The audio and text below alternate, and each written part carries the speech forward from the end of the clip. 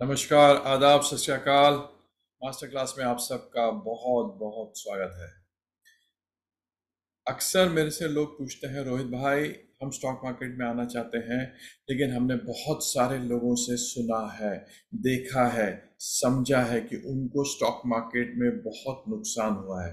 तो ऐसा कोई थंब रूल है जो लोग भाग कर रहे हैं या हमें नहीं करना चाहिए? ऐसी हमें कौन सी बातों का ध्यान रखना चाहिए जिससे हमारा नुकसान ना हो सके?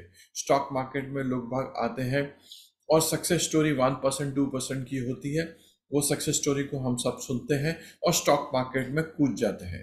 देखिए, स्टॉक मार्केट में आने से पहले आपको कुछ जानकारी होनी चाहिए कि स्टॉक मार्केट बिना पढ़े, बिना समझे कूदने की आवश्यकता नहीं है।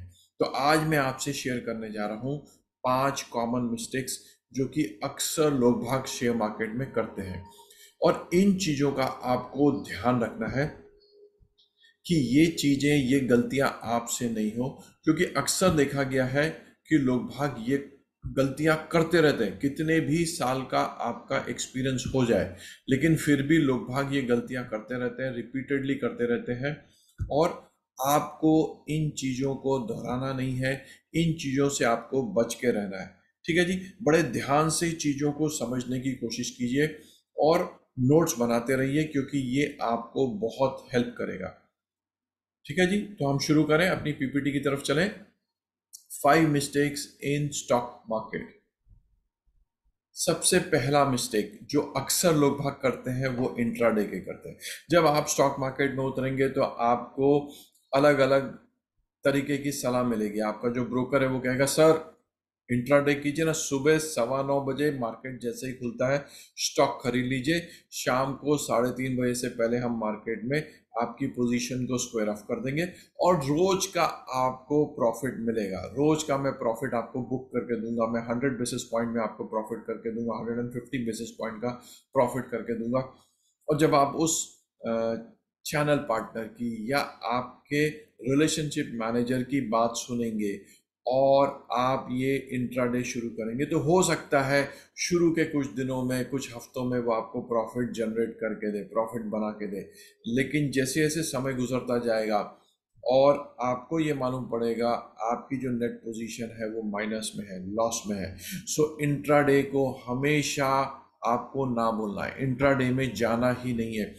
जो जो लोग इंट्राडे में गए हैं उन्होंने नुकसान किया है, क्योंकि हम अभी शेयर मार्केट में उतर रहे हैं, हम नए खिलाड़ी हैं, हमको एक्सपीरियंस नहीं है।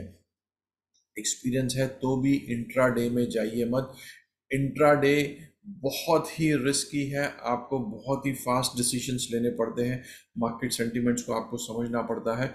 So it is always advisable not to get into intraday. ये फर्स्ट कॉमन मिस्टेक होती है।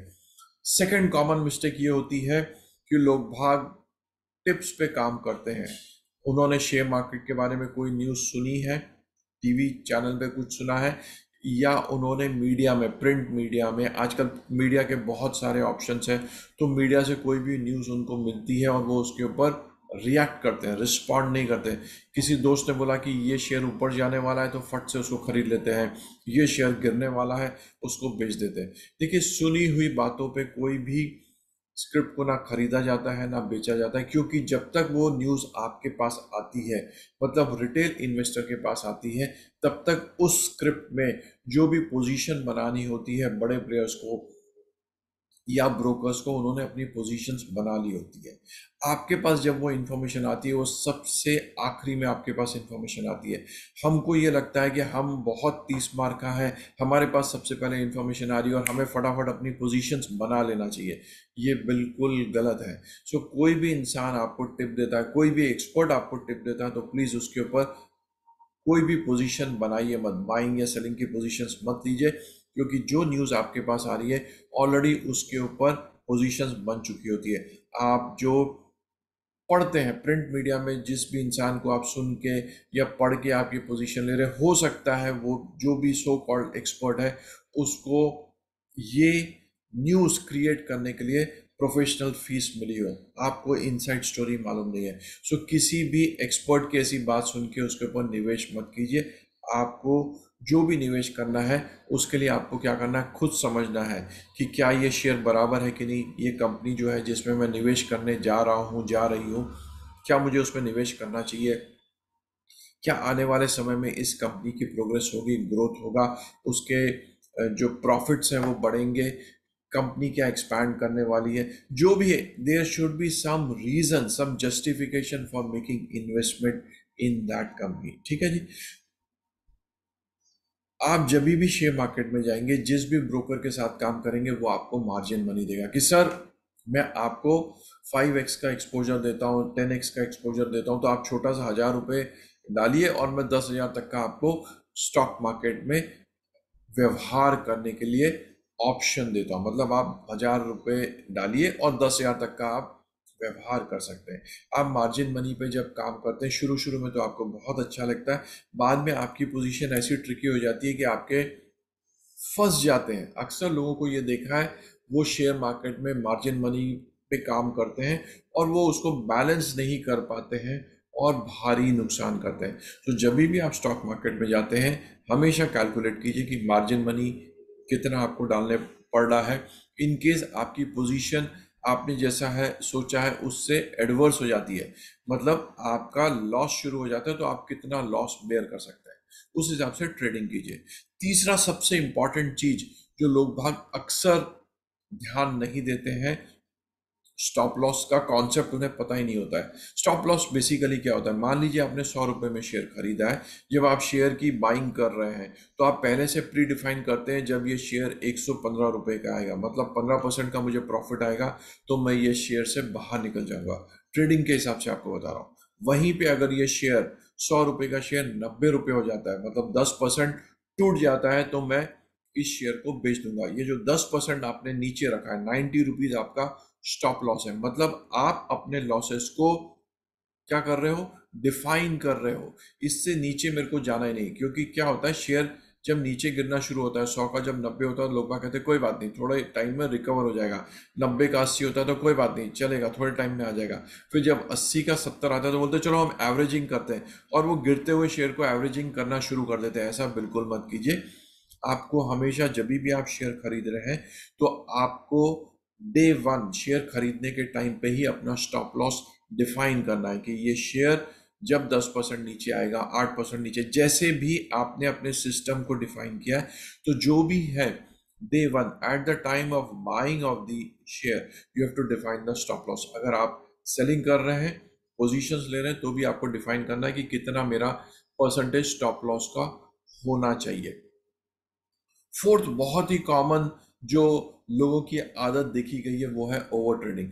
ओवर ट्रेडिंग बेसिकली क्या करते हैं, आपको मार्जिन मिलता है, आपका ब्रोकर आपको बोलता है मैं आपको 10x का मार्जिन दूंगा, 7x का मार्जिन दूंगा, तो लोग भाग क्या करते हैं, उस मार्जिन के हिसाब से ट्रेडिंग करते चले जाते हैं, करते चले जाते हैं, बिना ये सोचे कि क्या कल को इसकी पोजीशन नेगेटिव होती है तो क्या मैं इसको मैनेज कर पाऊंगा। लास्ट डे में क्या होता है, आपकी जो भी आपने पोजीशंस ली होती है, आपका जो ट्रेड का पीरियड है T+1 T+2 जो भी है, उस टाइम पे आपको अपनी पोजीशन स्क्वायर ऑफ करनी पड़ती है, नंबर वन। नंबर टू, अगर आपको पैसा देने के लिए आता है तो आपको ब्रोकर को पैसा देना पड़ता है। अगर आपने बेचा है तो ब्रोकर आपको पैसा देगा। तो लोग भाग क्या करते हैं, फटाफट ओवर ट्रेडिंग कर लेते हैं। कई बार लोग भाग लोन भी ले लेते हैं अपने दोस्तों से, रिश्तेदारों से, और या इंस्टीट्यूशन से भी लोन लेके ट्रेडिंग करते चले जाते हैं, इस उम्मीद से कि इस स्क्रिप्ट में ये जो मैं बना रहा हूँ, निवेश कर रहा हूँ, बेसिकली इसमें मैं फट से प्रॉफिट बना लूंगा और सारा जो भी मैंने लॉस किया है उसको कवर कर लूंगा। सो लोग भाग अक्सर लॉस को कवर करने के चक्कर में ओवर ट्रेडिंग कर लेते हैं, बाजार से और पैसा उठाते हैं और निवेश करते हैं, और वो विशियस साइकिल में, उस चक्री में फंस जाते हैं जहाँ पे लॉस के ऊपर लॉस, लॉस के ऊपर लॉस उनको होता ही चले जाता है।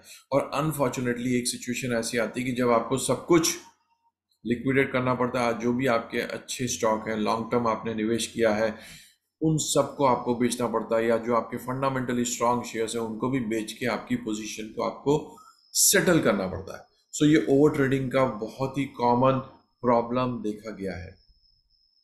फिफ्थ जो मिस्टेक लोग भाग करते हैं वो क्या होता है कि लोग भाग जर्नल नहीं लिखते। जर्नल बेसिकली क्या होता है, जब भी आपने कोई शेयर को खरीदा है या बेचा है, जो भी ट्रांजैक्शन आपने शुरू से आखिरी तक, आपने कोई शेयर 100 रुपये में खरीदा और उसको 107 रुपये में बेचा है, तो आपको ये सारे शेयर का जो भी आपने बाइंग सेलिंग की है उसका डॉक्यूमेंटेशन करना है। उसका रीजन क्या है, जब आप खरीदते हैं तो खरीदने के टाइम पे आपने किस शेयर को खरीदा है, कितने भाव में खरीदा है और कौन सी स्ट्रैटेजी में आपने खरीदा है। क्या आप स्विंग ट्रेडिंग कर रहे हैं, क्या ये आपका लॉन्ग टर्म इन्वेस्टमेंट है, क्या ये आप शॉर्ट टर्म में कर रहे हैं। जो भी बेसिस पे आप वो शेयर को खरीद रहे हैं कि मैं वैल्यू इन्वेस्टिंग कर रहा हूँ, जो भी आपने सोचा है, या मैं पिरामिड बना रहा हूँ, जो भी आपने स्ट्रैटेजी फॉलो की है या स्ट्रैटेजी के जरिए आप वो शेयर को खरीद रहे हैं, आपको वो स्ट्रैटेजी लिखने की जरूरत है। साथ ही आपको लिखने की जरूरत है ये जो शेयर को मैं निवेश कर रहा हूँ, जब मेरा भाव आएगा, मतलब मैं इसमें कितना प्रॉफिट अपसाइड देख रहा हूँ। 100 रुपये का शेयर कितने पे मेरे को बेचना है, 115 में बेचना है, 112 में बेचना है, 113 में। डे वन आप उसको डिफाइन करेंगे, वहीं पे आप डिफाइन करेंगे आपका स्टॉप लॉस क्या है। तो जब भी आपका शेयर उस टारगेट को हिट करेगा, ठीक है जी, तो आप उस शेयर को बेच के निकल जाएंगे। या तो आप प्रॉफिट बुक करेंगे या आप लॉस बुक करेंगे। जब आप इसको डॉक्यूमेंट करते हैं तो आपके ट्रांजैक्शन स्मूथ हो जाते हैं, क्योंकि आप बार बार उसको रिफर कर सकते हो। आपको मालूम पड़ेगा कि क्या गलतियां आप रिपीटेडली कर रहे हो। आप स्विंग ट्रेडिंग करने के लिए जा रहे हो या इंट्राडे कर रहे हो, या आपकी कोई भी बाइंग सेलिंग की स्ट्रैटेजी नहीं है, बिना सोचे समझे आप ट्रेडिंग करते जा रहे हो। स्टॉप लॉस जो आप सोच रहे हो हो सकता है परसेंटेज वाइज बराबर नहीं हो, या आप जो अपसाइड सोच रहे हो कि मेरे को इतना प्रॉफिट आना चाहिए, वो प्रॉफिट आपको मैच नहीं कर रहा हो।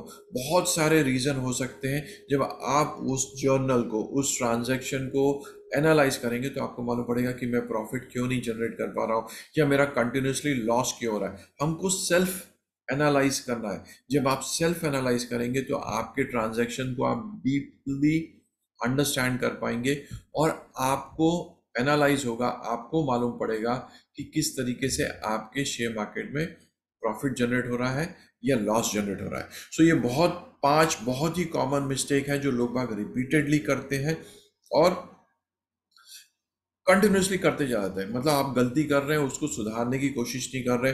लोगों को फिर बाद में ये कहने को होता है कि हम स्टॉक मार्केट में गए थे, हमारा नुकसान हो गया, स्टॉक मार्केट तो सट्टा है। हमने भाई, आपने सट्टा किया है इसलिए वो सट्टा है। आप जब वो स्टॉक मार्केट को समझेंगे, ट्रेंड को समझेंगे कि आपको किस तरीके से निवेश करना है। हर एक इंसान को स्टॉक मार्केट में आने के टाइम समझना पड़ता है कि उसका कौन सा मेथोडोलॉजी, कौन सी स्ट्रैटेजी से उसको पैसे बन सकते हैं। ठीक है जी। अगर एक इंसान को स्ट्रैटेजी ए चलती है तो हो सकता है दूसरे इंसान को ए स्ट्रैटेजी वर्कआउट नहीं करे। हर एक इंसान का थॉट प्रोसेस अलग होता है, इन्वेस्टमेंट का जो प्रोसेस होती है, जर्नी अलग होती है। सो जब भी आप स्टॉक मार्केट में आते हैं तो आपको इन गलतियों से दूर रहना है। आपको अपने हर एक ट्रांजैक्शन को लिखना है, डॉक्यूमेंट करना है, जर्नल में बनाना है, और उसको कॉन्स्टेंटली रिव्यू करना है, एनालाइज करना है कि भाई ऐसा क्या कर रहा हूँ जिससे मैं या तो प्रॉफिट अपने कम हो रहे हैं या लॉसेस अपने कॉन्स्टेंटली हो रहे हैं। जब आप रिव्यू करेंगे तो आपको सिचुएशन क्लैरिटी देगा और आपके प्रॉफिट आने शुरू हो जाएंगे। ठीक है जी। उम्मीद करता हूँ इस सेशन से आपका वैल्यू एडिशन हुआ रहेगा। And take care. Stock market में अच्छे से निवेश कीजिए, आपकी स्टॉक मार्केट की जर्नी बहुत अच्छी हो। Take care. बाय।